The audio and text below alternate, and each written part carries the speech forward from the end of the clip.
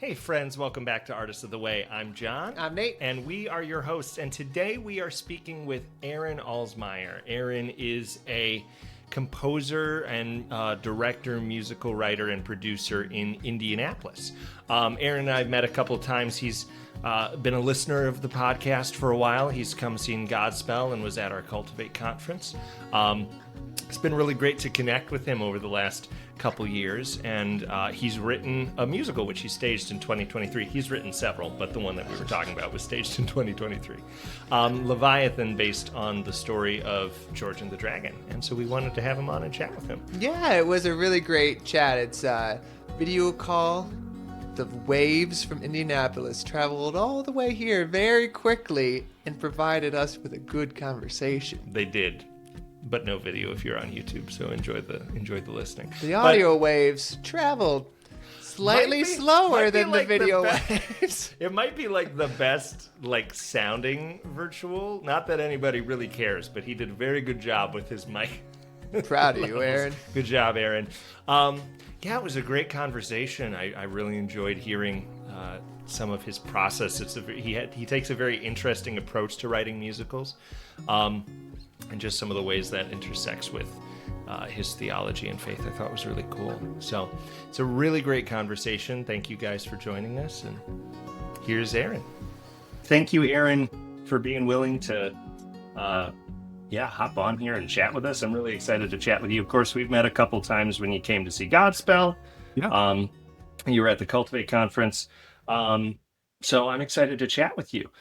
For anybody who doesn't know you or your work, would you just tell us a little bit about your background as an artist and your history with the Christian faith? Yeah. So I guess going back to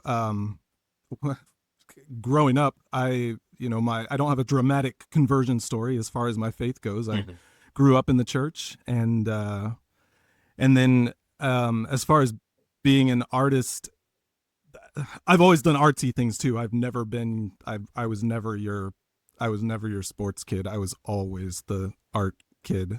My mom didn't have a late conversion into the arts. No, my conversion was very young. I don't remember ever not being an artist or a Christian. Thanks. So there you go.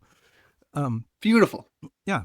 So so I mean, as a kid it was drawing cartoons, and I for a long time wanted to be a Disney animator or a cartoonist, for newspapers, which have all but gone away, of course. So, who did you like? Who would you copy?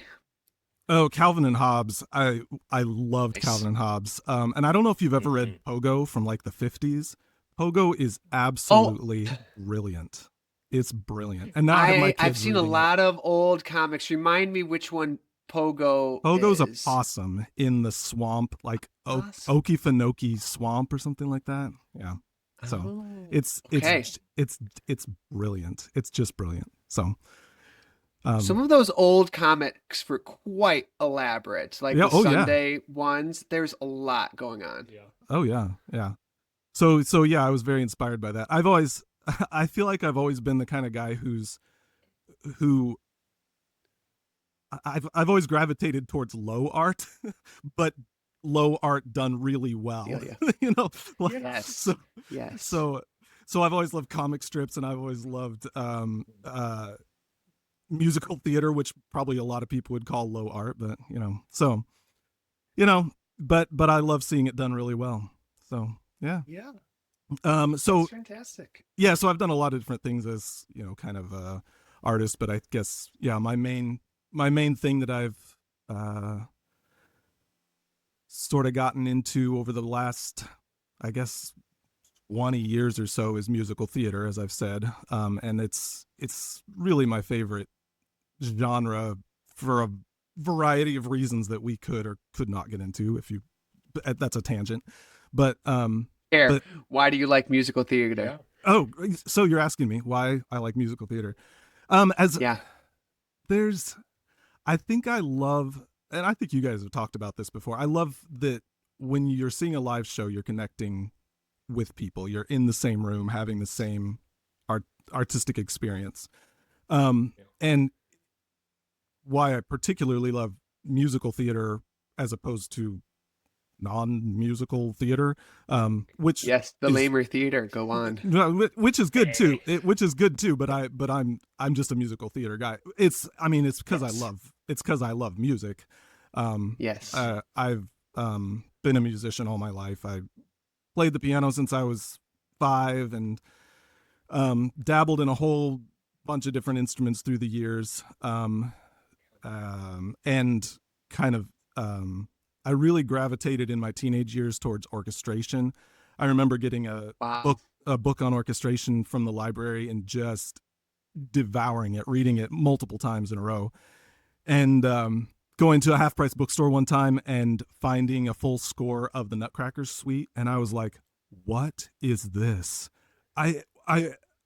You can buy a full score and just look at it, and I would just pore over that, and you can learn so much just seeing a full score written out. It's amazing.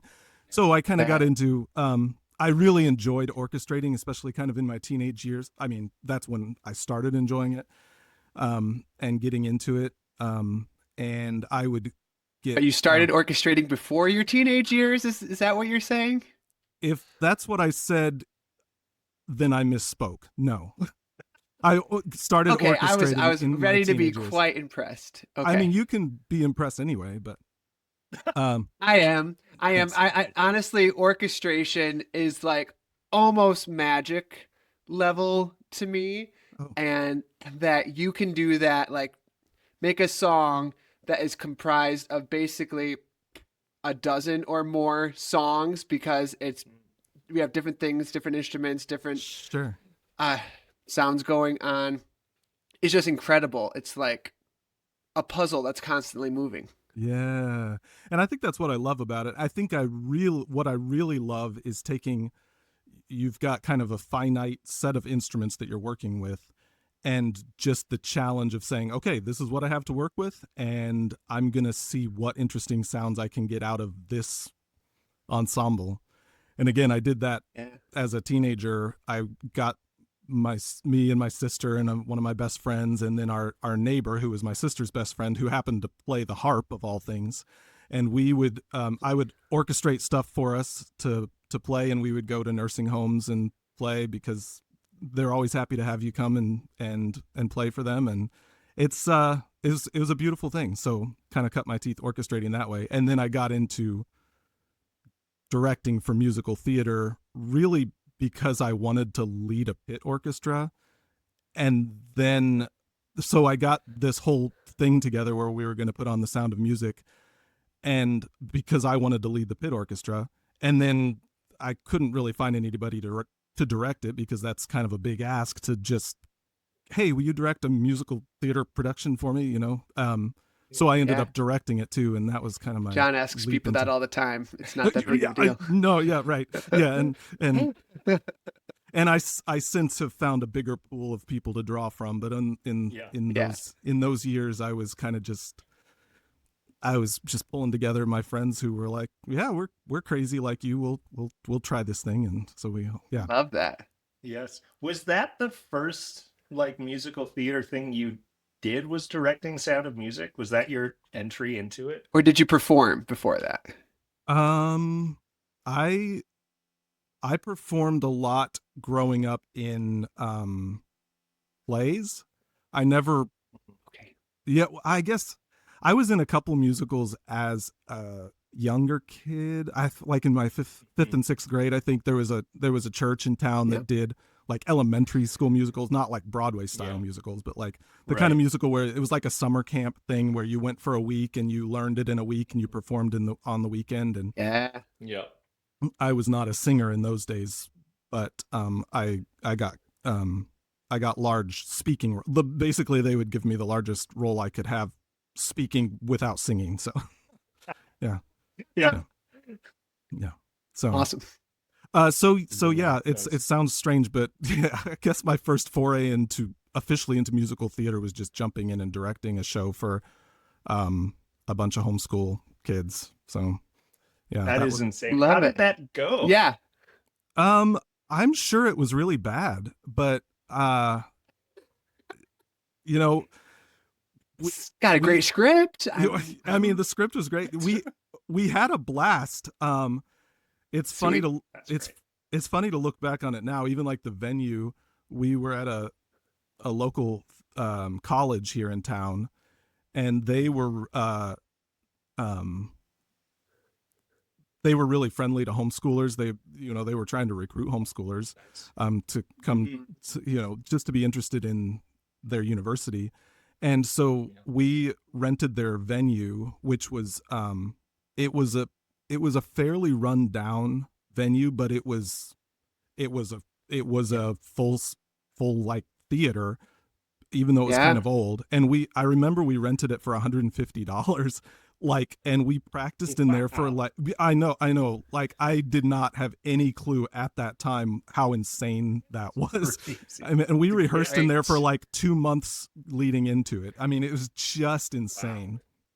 So love that. Yeah. So it's up to like 200 now, right, Jon? 250. Yeah. Per hour. Yeah. Exactly. Yes. They're like so expensive. Oh, yes, for sure. Yep. Really cool though. I love hearing that, and like, I don't know, just the joy of doing it at whatever level you're able to be at. Like even starting out, we just saw, my wife and I went to see her cousin in a high school musical, and he'd like never done any musical theater, and it was a jukebox musical set in Greece that didn't really have any like,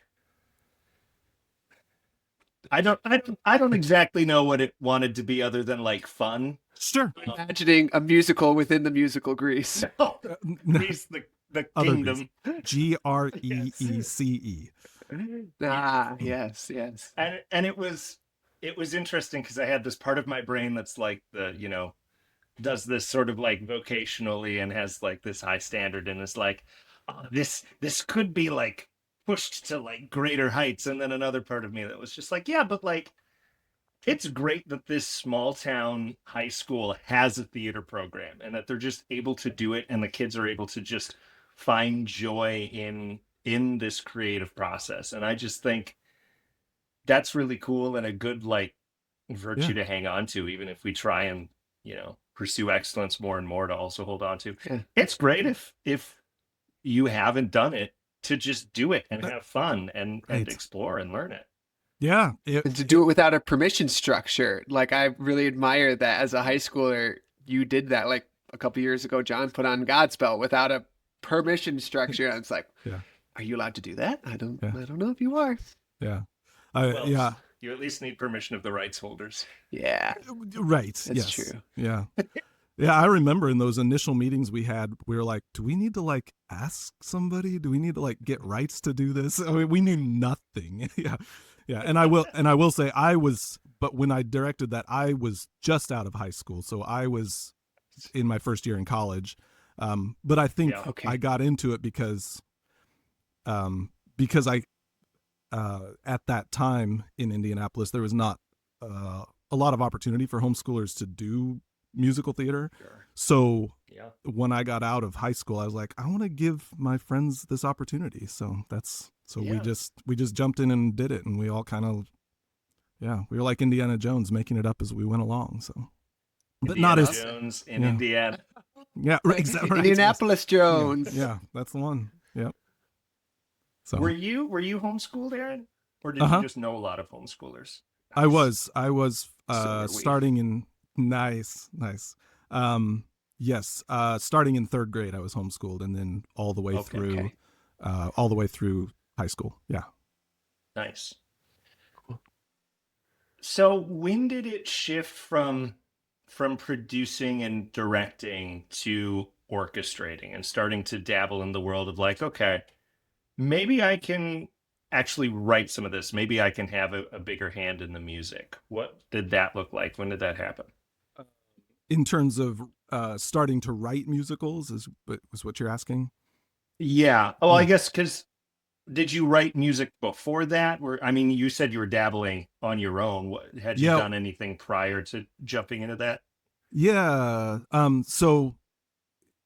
yeah, so a lot of the stuff that I did kind of in high school, just orchestrating stuff for my friends and I to perform for nursing homes and so forth, it was not stuff I had written. I just orchestrated a Sure. version of, music from Jurassic Park or music from Right. show tunes and so forth for our eclectic little ensemble. But then Yeah. I feel like, yeah, kind of like jumping into directing The Sound of Music, jumping into writing a musical few years later. Let's see, we performed The Sound of Music in '02, and then I directed a few more musicals.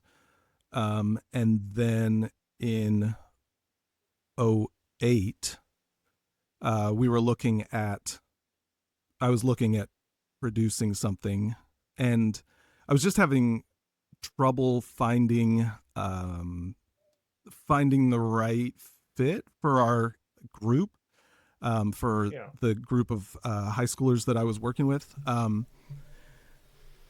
Yeah, there's a lot of great musicals out there, but there's a lot of them that are not necessarily appropriate for a group of Christian homeschoolers, Christian high schoolers to perform. And so, so I just had this crazy idea one August, and I thought I should just write one. So I hadn't written a lot of music up to that point. I had worked with music a lot, and I had orchestrated a lot, and I always had tunes running through my head that didn't come from anywhere, So naively, I thought, well, I think I'll just do this, I guess it's the MO. So at that point, the first person I called was at that time my good friend Beth, and I said, I think I have an idea. I think we should write a musical based on the book of Esther, the biblical book of Esther, and she's always been so incredibly supportive. And spoiler alert, she is now my wife. Nice. Yeah. So Win. what's right, exactly. So she's like, yeah, let's do it. So we got some people together, and we got a cast together, and this cast basically signed up to do this show because they'd worked with us before. And the first day they came to rehearsal, they didn't know what we were even doing. And we said, here's what we're going to do. Over the course of the next 9-10 months, we're going to write a show together, and you guys are going to help us figure this out. So the first semester, So cool. oh, it was a blast. It was an absolute blast. So the first semester, kind of the way it went was we would do rehearsals, and I would write a scene the week before, and then we'd come together, and the cast would get the scene, and they'd kind of run it and just see how it went, and then we'd talk about it, what worked, what didn't, and then I was also kind of working on songs all the way through, and I would perform whatever songs I had worked on, just sit at the piano and say, okay, this is what I'm thinking for this particular scene, and I'd play a song for them and get feedback on that, and then over. Tell me, did Heyman have a great villain song? Heyman. So here's the thing about when you're working with a specific group of people. Sometimes you write parts for specific people, and our Heyman is actually now my brother-in-law, and I love him to death. He was not a great singer at the time. He's a good actor. So if you listen to the one song where he sings in Esther, it's very rhythmic, and it's basically all one note. It's so yeah. So it's if you anybody who's familiar with the story of Esther, it's the scene where in the king was the king couldn't sleep and all that, and then he calls Haman in and says, I want you to honor this man, blah blah blah blah blah, and Haman thinks he's talking about him. What a great scene. Oh, it's beautiful. So it's that scene. It's called The Man the King Wants to Honor. So yeah. Now, I'm not claiming that you stole anything, but your Heyman sounds quite a bit like Mr. Lunt in VeggieTales version of Heyman. His villain song is rather one note as well. And Uh, I don't know which one came first though. They're both kind of in mm, the 2000s range. yeah. No, I know the VeggieTales Esther was around before ours was, but Oh, was it? I purposely did not. I had not seen it, and I did not watch it Nice. in advance on Wise. purpose. Wise. Okay. Well done. And I still haven't That's seen it actually. integrity. So yeah. So Oh, well, Wow. yeah. my if you come over to my house, my 2-year-old will sing it for you. Oh, And great. Okay, I love it. Yeah, yes. that would be it. That would be great. Yes. It's a That's date. such an interesting way of Good. writing a musical, though, because I feel like that process is normally so solitary, and then you send it off after you feel like this is like 96% finished, and we'll figure out the last 4% in seeing how it plays. But Sure. generally, unless we hit like a huge like bump, Yeah. we're getting it set and then we're sending it off. What was that like creating that sort of on the go with people over those 9 months? It sounds so interestingly collaborative. It was. Yeah, it was. I think it's a I think it's a beautiful way to work. And when we get into talking about Leviathan, I did something sort of similar, a little more. Yeah, I've matured a lot since then. I think sure. I was still fairly young then. Uh, Yeah. um, but I I love this idea of, when I think of this, bear with me here. You familiar with The Greatest Showman with Hugh Jackman as P.T. Yes. Barnum? He Yes. so I was listening through that soundtrack one time, and there's his kind of "I Want" song towards the beginning. He's singing "A Million Dreams." Mm. Every night I lie in bed, the brightest colors fill my head. A million dreams are keeping me awake. And then there's a line later in that where he says, he's talking about how he wants to create the world I close my eyes to see. Yeah. Hmm. So here we are. He's closing his eyes. He's got all these brilliant colors in his head. He's got this thing he wants to create. In the next, I don't know. I don't remember if it's the next song or like one or two songs later. There's a song called "Come Alive," and in that song, he's seeing the wonder of these people that the rest of the world doesn't seem to see, and that he's going to kind of bring into his fold to make his circus. Yeah. And in that song, he sings, you can't go back again to the world that you were living in because you're dreaming with your eyes wide open. And I love the juxtaposition of those two things: the world I close my eyes to see, and then dreaming with your eyes wide open. And to me, that's the Wow. idea of incarnating your art. Yeah. You've got these ideas in your head, and then you open your eyes and you say, these are the people that I have to work with, and how are we going to do that? So it's like, so it's bringing those two things together, which I feel like is really, really beautiful thing. And you're going to come out with something better in the end. I fully believe. Yeah. If you're That's yeah, if you're that's bumping really up that's really beautiful. well, thanks. Yeah. Sorry to interrupt, but that's just the really the lesson of Monsters University, as we all know. I again watched that a couple nights ago with my 2-year-old, Gotcha. and It's been a Because while. I just mentioned Monsters University to you, and you're like, no, I don't think gotta I don't think it check. was. Unless maybe it was subliminally. But Okay. yeah, like Mike, he wants to win this competition and that, and at first he's all about him. Everybody do what I do. He's got this closed eye perspective. Mm. He's got a vision, and everyone is just a pawn in his vision. Uh-huh. And then he pretty soon sees that people have these different attributes, and he opens his eyes to them, and then they can create something beautiful that they never would have been able to do unless he brought out of them what they had and what they hardly knew they could do. And I think that's a lovely, realistic, non-myopic way to create. Yeah.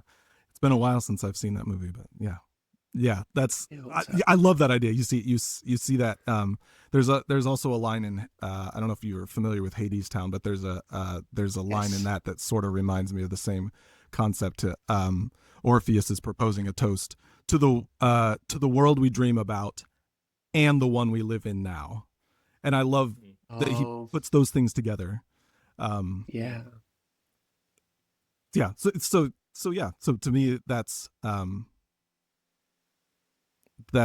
the putting flesh and bones on these imaginative ideas we have. You know, it's the incarnation to me. Yeah. You know, God dreamt up this wondrous arc of salvation, and then he put flesh and bones on it, you know. So That's so good. He wasn't just content to be like, what a beautiful idea this is. Yeah. But he made it happen. Yeah. Yeah. Wow, that's beautiful. Well, let's jump into Leviathan a little bit. So for anybody not familiar, can you share what's like the elevator pitch for Leviathan the musical? Yeah, Leviathan is a musical inspired by the legend of George and the Dragon. We basically took the bare bones of this ancient legend and we fleshed it out and we kind of made it our own. And we gave George and his father an interesting, we gave George this backstory that has all to do with his father who died when he was a baby. And his father kind of left this legacy in this village that George is trying to understand and wrestle with and live up to. And it's a coming of age kind of thing, a hero's quest kind of thing, where George goes on this journey to try to avenge his father by killing the dragon that killed his father. And he comes out a much humbler person at the end. He becomes the kind of hero that he actually needs to be to defeat the enemy. Yeah. That was a long elevator ride, but there you go. It's a big building we're in. It's fine. a tall building. We pressed all the buttons. Oh yeah, there you go. Yeah, stopped at every floor. What was it about the story of George and the Dragon that initially inspired you? Did that idea come to you, or were you more looking like, okay, well, I want to do another thing, and George and the Dragon hasn't really been done, so let's play with that? Yeah, I wasn't specifically looking around for something. I think in general, I'm always looking for the next thing that I want to write about. Anybody that tells any story, I'm like, would that make a good musical? Would that make a good musical? You know, does it have enough female characters? You know, that's always the question. So because we're not going to get enough men, that's for sure. Yeah, exactly right. So I happened upon the story of George and the Dragon, and I didn't know a lot about it, but I was at a museum. I think the first germ of the idea hit me when I was at a museum with an exhibit about just kind of how throughout all of history that every culture's had its dragon stories, which is kind of really interesting. And obviously in the Bible, the book of Job talks about this creature called Leviathan. And so this exhibit was kind of, posing the question like, is there something to these stories? Could the legend of George and the Dragon have been based in some part on reality? We don't know. But the story. Were you at the Creation Museum? That's the one. I was at the Creation Museum. Have you seen that? I have seen this exhibit. It's right at the entrance, right? Yeah, it was a long time ago. I don't know where it is in the museum. Yeah. Oh, it's such an intriguing idea, though. Yes. So it captured that idea. Captured me. Yes. And again, thinking of, we have high, lofty ideals of things that we want to see happen of things we want to communicate, but then there's just our more earthy desires, and so I had all these lofty ideas of like, well, so I dug into the story of George and the Dragon a little bit, and it's really interesting. I mean, it's got a lot of tragedy in it. The dragon Really? is demanding from this village that they sacrifice their sheep to the dragon, and then when they run out of sheep, they have to sacrifice their daughters to the dragon. Okay. And then finally George comes along and kills the dragon. The end. So that's the story in a nutshell. The at least the original legend. So I mean, there's just a lot of interesting things you can delve into with that. I was particularly interested in how this village just deals with, like, okay, whose daughter's going first, and how they work through that, and different. Towards the end of the show, there's kind of this scene where the town has this big meeting, and they're working through this, and I mean, it's this big argument, and there's all these different perspectives on how do we do this. So I thought that there was that part of me that wanted to wrestle with big ideas, and then there was this other part of me that's like, I just really love the idea of trying to stage a big dragon on just what how do you do that? So You did a good job too. I watched the did you? recording, Okay. and I was impressed with your I dragon. liked that staging. Oh, well, thank you. Yeah, it just needed to be. I felt like it needed to be bigger than life. Yes. So yeah, So for those who didn't see it, we used kind of what I call a synthesis of dance and puppetry. So we kind of built different sections of the dragon, and then we worked with a local dance troupe here, and they performed the dragon, holding the different pieces and kind of coming together and moving in different ways. So they did that, and then the other piece was, I thought, a dragon's voice just needs to be able to be this ginormous thing. So to have one person kind of perform the primary voice, but then in moments of high emotion, like the entire chorus kind of joins in and makes that dragon's voice bigger than life. It was effective.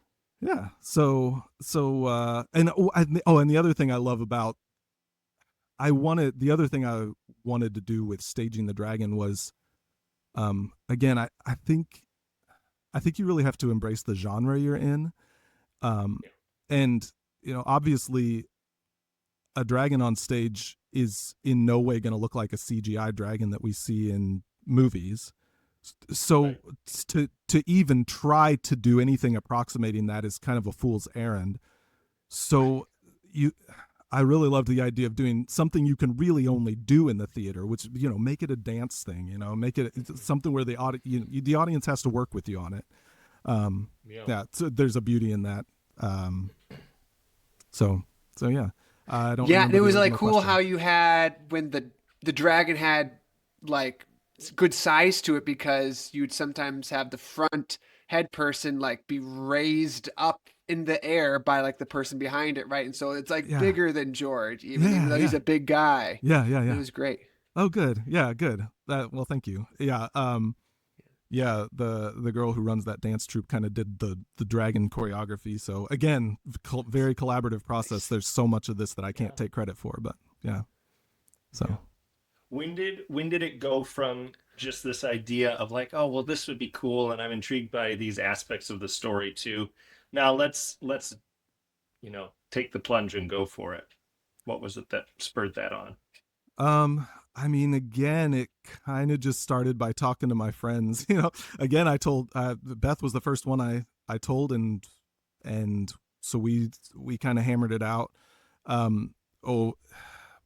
can't even remember when we started talking about it. I think it's been probably 10 years ago when we first sort of conceived of the idea. But Beth was my co-writer on the script, and she's not a musician, but she's brilliant when it comes to storytelling and character arcs. She reads voraciously, if that's the word I'm looking for. I think it is. Yes. She reads a lot. Yeah, she reads books a lot. So so we sort of started talking through this idea and just kind of hammering out the plot points little by little over a few years, and it didn't really get beyond us just sitting down and having purposeful times to kind of hash out what exactly does this thing look like, and is the story. And as we started to get something into place, then we pulled together some of our friends, and we said, okay, on this date in July 2022, we're gonna do this thing, and what has to happen between now and then. So we pulled together a group of our friends, and we did a little bit like what I did with Esther. We would just regularly get together, and I would kind of present what I had been working on, whether it was a new song or a portion of the script, and try to put on my thick skin and get feedback. And we're incredibly blessed to have really talented friends that we really trust, and who we trust to be honest with us. And they're the kind of friends. I remember one of my friends in particular, who was key to a lot of this. He directed my pit orchestra for the show. I remember writing in his thank you note, "Thank you for knowing how to push me without crushing me." And that's a beautiful thing. Yeah, it's the kind of people you want, in your corner. People who can say, okay, this works, this doesn't quite work. I love what you're doing, but let's make it better. And yeah, so that's really cool. How long have you and your wife been married now? Let me see. We will hit 18 years in July. Yeah. Lovely. Yeah. So that's so cool that you have a wife, a partner who you can partner with on artistic projects like this. Have you done a good bit of that together? I mean, those are our two major projects that we've done together, but we do a lot of other things together as well. She's directing an elementary show right now for some students in a local homeschool co-op, and a couple of our kids are in the show. And so I'm building sets and setting up sound and all those sorts of things. So we love doing the theater thing together, and our kids are loving it too. So yeah. That's cool. What about Leviathan, when you got it to its finished form, what was it about that show that you were the most proud of, or that resonated the most with you?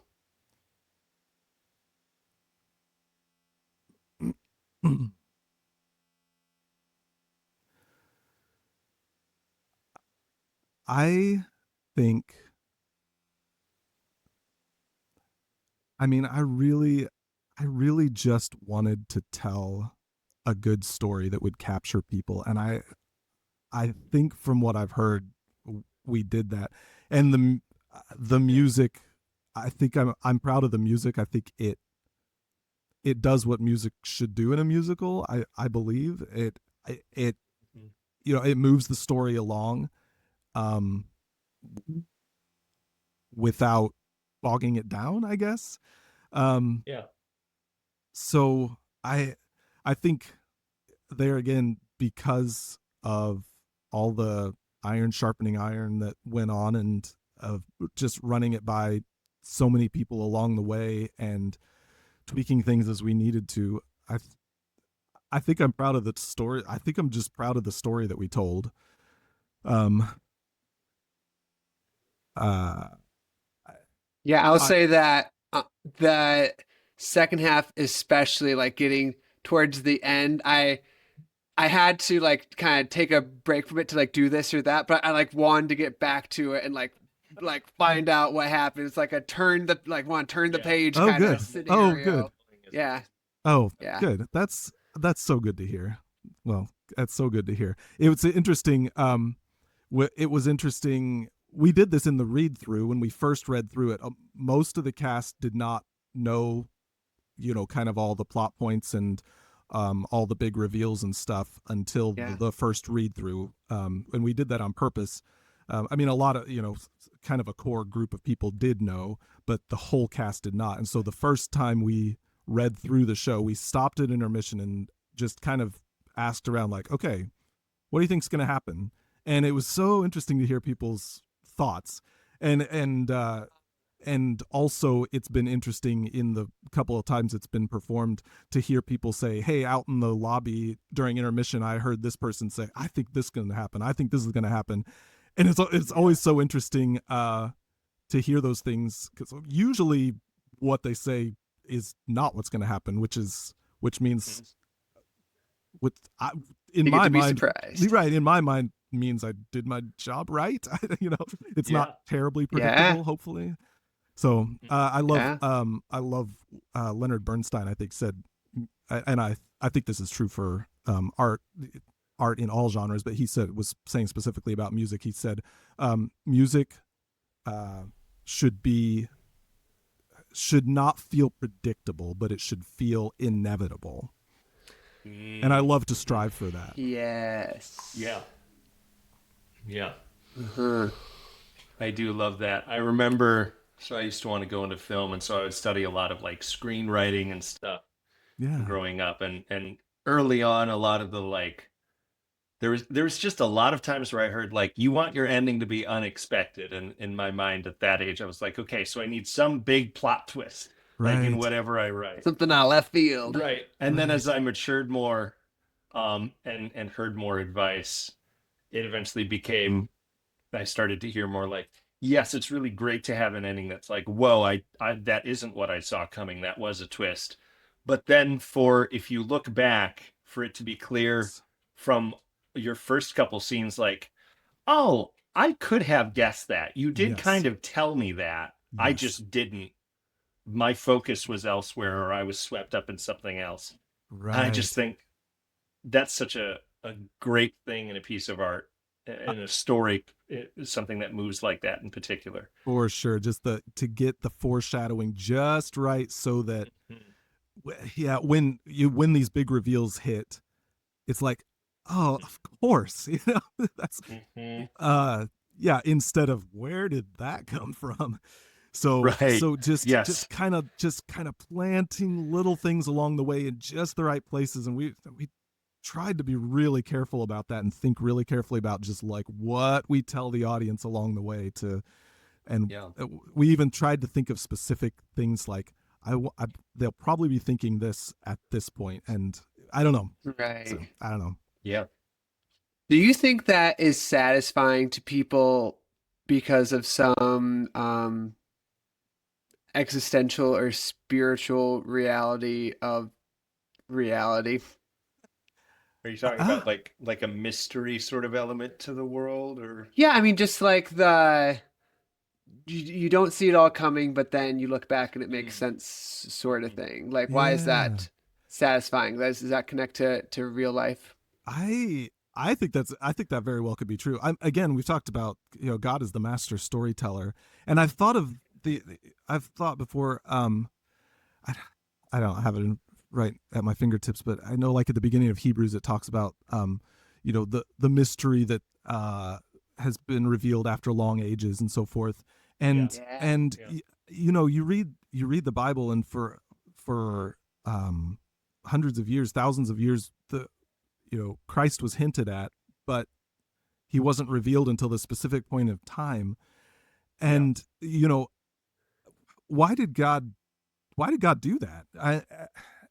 And I think being a storyteller, not that I begin to grasp the mind of God, but I think there's something that being a storyteller can tell us about that. Like, I don't know that, if I just tell you everything up front, then you'll know everything, but I don't know that it'll have the impact that it would if I hadn't taken you through this story and helped you understand why this should be impactful. So, I think that's a very real dynamic. Yeah, I think. I like that. And then I like you bringing in like Jesus being foretold in that. And it's like, because they were looking for someone, but then he wasn't like what they were looking for. Yeah. But then Jesus on the road to Emmaus with is Yes. it Emmaus with those disciples, and he like told him how of course this was going to happen. It was all laid out Sure. here, Right. and it's like, well, I guess it was. Yeah. Not predictable, but inevitable. Yeah. Exactly. Yeah. So cool. That's awesome. Yeah. I want to circle back to what's normally one of my first questions here, Sure. as we're kind of nearing our time. But I wanted to ask: is there anything that you're working on right now? You mentioned the play that your wife's working on. You're helping out with that. Is there anything you're kind of playing with yourself? Yeah. I mean, writing a full scale 2-act musical takes forever. So I'm still kind of on the tail end of tying up loose ends with Leviathan, and just to kind of get it out into the world. And I'm doing things like cleaning up the scores so that they're all consistent, and for all the different instruments, and making everything look so, formatting and that sort of thing, and just sending out feelers to just let people know, hey, this thing exists now. And so as far as any big projects, it's just the same one I've been working on forever. But then, keeping my foot in theater for sure. With a few weeks ago, I stage managed for my older kids' musical that they were in their high school production. And then next week, I'll be helping my wife with our younger kids' elementary school production. So yeah, those sorts of things. Yeah. It's amazing that with wife and kids, and I think you have a full-time job outside of musical making as well. I have a job. part-time job. This at all? Yeah. So a part-time job. Okay. I do. Good for you. Yeah. So I work just enough to pay the bills, so that we can do this thing we love that doesn't pay the bills. Yeah. Love that. That's the key. That's the key. Yeah. Congratulations on that. That's great. Yeah. Yeah. It's beautiful. So, of course, we love to build out a resource sort of library for people. Yeah. What are some resources you would recommend for anybody who's interested in the craft of creating a musical or orchestration in general, if they wanted to delve a little bit more into that? Sure. Yeah, I wrote down a couple. To me, it's anything that gets me in the mind of somebody who does this really well. So that's a common theme here of the books I wrote down. There's a book called Sondheim on Music. The subtitle is super clever. It's Minor Details and Major Decisions. So there you go. Sondheim on Music. So it's just a series of interviews with Stephen Sondheim. It's written in the interviewer was a guy named Mark Eden Horowitz. So anyway, that's a thing. Anais Mitchell, who wrote Hadestown. There's a book that she wrote called Working on a Song, which of course is a line from Hadestown. That kind of gets inside her mind and what she was thinking as she wrote the different songs. And then similarly, the book Hamilton, The Revolution, does Lin-Manuel Miranda does a similar thing. It has the full libretto of Hamilton and like notes, his kind of notes as like, what was I thinking when I wrote this line, and and different things. And cool. So I feel like those things are super helpful in terms of just like I said, getting inside the mind of some of the people who've done this really well. Yeah. That's super cool. Yeah. Nice. Well, thank you so much for coming on and chatting. It was good to have like a nice long conversation after having sort of, bumped into each other a few times. But, yeah, it was great to talk to you this guys. was Thanks really so great. much. Thanks so much for having me. It's great talking to you. Is there anything that you want to share with us that you haven't got a chance to yet? I don't think so. I think we covered it. Yeah. So people can listen to the Leviathan soundtrack on Spotify or wherever they listen to music. There you so, go. So yeah, check it out. And if anybody's interested in finding out more about the production or some of the other shows you've written, is there anywhere that would be good for them to look? Yeah, for Leviathan specifically, they can go to leviathanmusical.com. And then to look at some of the other stuff that I have available, I have a company that I kind of use to distribute my work called 5 Lanterns. So it's the number 5 lanterns.com. So those are probably the best places to check out. Yeah. Awesome. Cool. Well, again, thanks so much, Aaron. It was really great chatting with you. Yeah, it's been a blast. Thanks a lot, guys.